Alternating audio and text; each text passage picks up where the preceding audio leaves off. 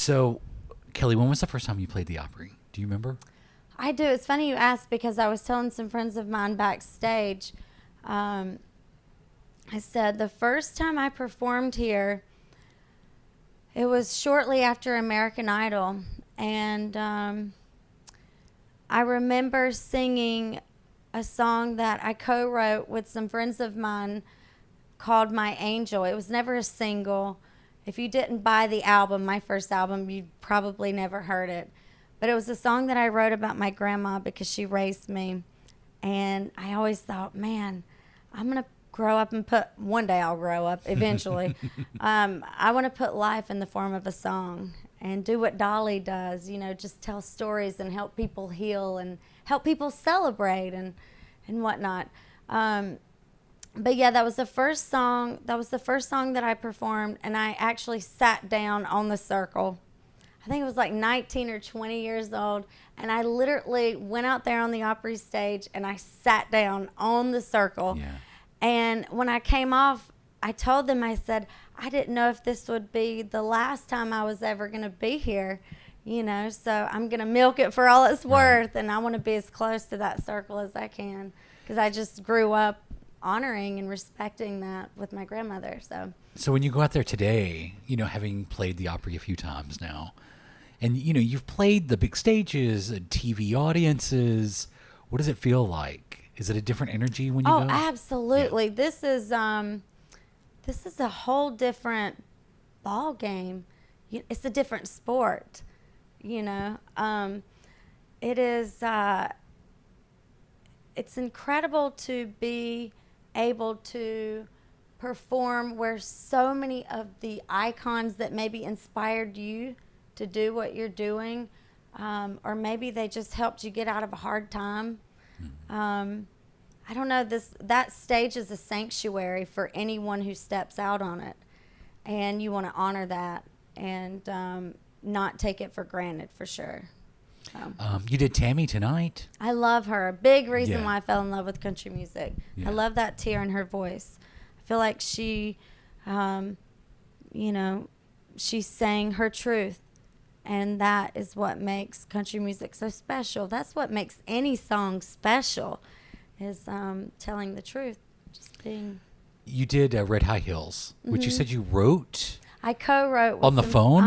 Oh wow! I co-wrote over the telephone. My whole first record, I was in the Idol tour, in the whole middle of all of that, and so yeah, my producer would fly out wherever we were performing. I'd come off stage from performing that night. We did over 60 shows, I think, in less than 90 days, and I would go to the studio in whatever state we were in and record. Oh wow! And I don't know, I love it.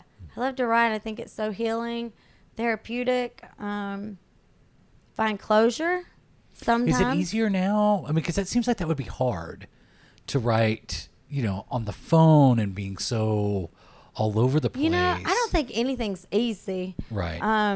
But or maybe it is. I wouldn't necessarily describe anything being easy. I guess I should speak for myself. I think if it's easy if you tell the truth. That's an easy thing. But being pulled in 100 different directions, like I said, by 100 different people at the same time can be a lot. But it's part of it. Mm-hmm. And it's so worth it because you get to, I don't know, tell your truth and make a difference in other people's lives. Sometimes your songs are not about you. Right. It's about somebody else or for somebody else. They need it. I don't know. When you got into your career and, people started following your career and becoming fans, how was that to, is it a weird feeling when people come up and say, hey, this song meant so much to me? Something that you performed, you said sometimes the song's for them, and you discover that song is for them. Is that a weird feeling? Is that a special feeling? I wouldn't describe it as a weird feeling. I would describe it as, I don't know, it just kind of reassures me that I am exactly where I'm supposed to be. I'm doing what I'm supposed to be doing. Mm-hmm. You know, I think a lot of times people get lost in this business, whether it's this business or another profession. It's easy to get lost in this world. Yeah. It's so important that you surround yourself by good company. It's all about the company you keep. You love everybody. I always say this: love everyone. Know who you need to love from a distance. The people that you love up close need to be a safe place for you, and you need to be a safe place for them as well. Yeah. You need to be a safe place for everybody, period. But I don't know. I can't describe it as weird. I just go, okay, I'm exactly where I'm supposed to be. And every time I have those moments where someone comes up to me, whether it's at the airport or I'm pumping gas in my car, or, you know, I'm walking on the street and somebody stops me and says, "Hey, Pickler, that song I Wonder, I was adopted and I never met my biological parents, and I love that song. Thank you. You helped me get through a hard time." I go, you never know what the person you're saying that to is going through. It's true. You know, because we're all human beings. Mm-hmm. Seems like every time I hear that, I'm going, oh, you lifted me up. So I feel like I don't refer to anyone that listens to my music. I don't refer to them as fans. I feel that is segregates us as not being human. And we're all the same. We all need the same things to survive.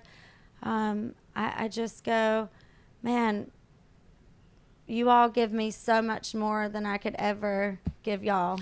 Does that make sense? Yeah, that does make sense. And it's very interesting that you take that approach because, and and I know a lot of artists don't want that connection with the people who listen to their music and follow them. And you never know what that artist is going through. That's true. Yeah. I think the most important thing, and I'm just speaking for myself, I'm the only person that has to live with me. Right. Anyone else that chooses to be in my company, it's their choice. Yeah. But I'm stuck with me. So I need to be happy with the person that I see when I look in the mirror.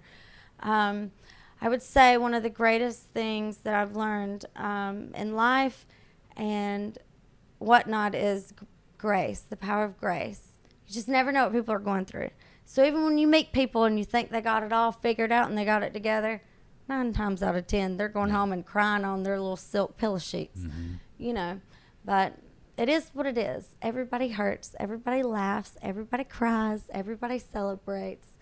None of us can escape the little thing called life, that roller coaster called life. So, I bet it's that approach that you take that has played into your success with Pickler and Ben, and now in doing the films for the Hallmark Channel. It's probably that connection that you've already made with your audience. Well, thank you. I think it's important to create a safe place for yourself so that you can be a safe place for other people. We all got to look out for one another. We got to take care of each other. We're all we got. That's true. We are all we got. We got to take care of the planet. We got Yeah. to take care of our neighbors. We got to take care of each other. You stay so busy, like we mentioned, the movies, the TV show, your charity work. Can you talk a little bit about the charities that you work with? I don't call it charity work. I call it, there's right and there's wrong, and we all know the difference. And when you see somebody hurting, you help them. There's a difference in helping and enabling. It's not charity work. If you help someone, if you fall down and I help you get back up, it's not charity work. Yeah. You never know when the rug might be pulled out from under your feet. It's not charity work. There's right and there's wrong, and we all know the difference. I've been blessed to work with different organizations that have enabled me. They've been the vehicle to get me in the door to be a part of things that matter. But I don't call it charity. I call it, there's right and there's wrong. And the USO is one of the organizations Yes. that you work with. And how they've many been so- USO tours have you done? 12. I just got back from my 12th this past holiday. Wow. And it was amazing. It was incredible. It always is. My husband and I, we spent our honeymoon in Baghdad. So I don't know. We got married. We eloped. And then I went, babe, you know I have a USO tour coming up. Let's go. That's our honeymoon. And so we went. It was wonderful. You know, we made the best of it. We were in good company. And it changed his life. That was his first tour. And I think it was his first tour, yeah. And it was incredible. I don't know. I don't like to talk about, it's not about me. So, right. But yeah, I've been blessed to. But you do stay part. busy. We can all do our part. Right. Yeah, you know, I totally agree we can with all that. do our part. And probably do a better job of doing our part too. I can definitely step up and do even more. I can do more. What does the rest of your summer look like? Well, I am getting ready to start working on another film with Hallmark. You're just a movie star now. No, I'm not. But I'm doing that, and I look forward to getting back in the studio. So when I wrap that project up, I look forward to coming back home and getting back in the studio for sure. We can't wait to hear new music. Me too. Me too. I'm really looking forward to it. Kellie Pickler, thank you so much for hanging out with us.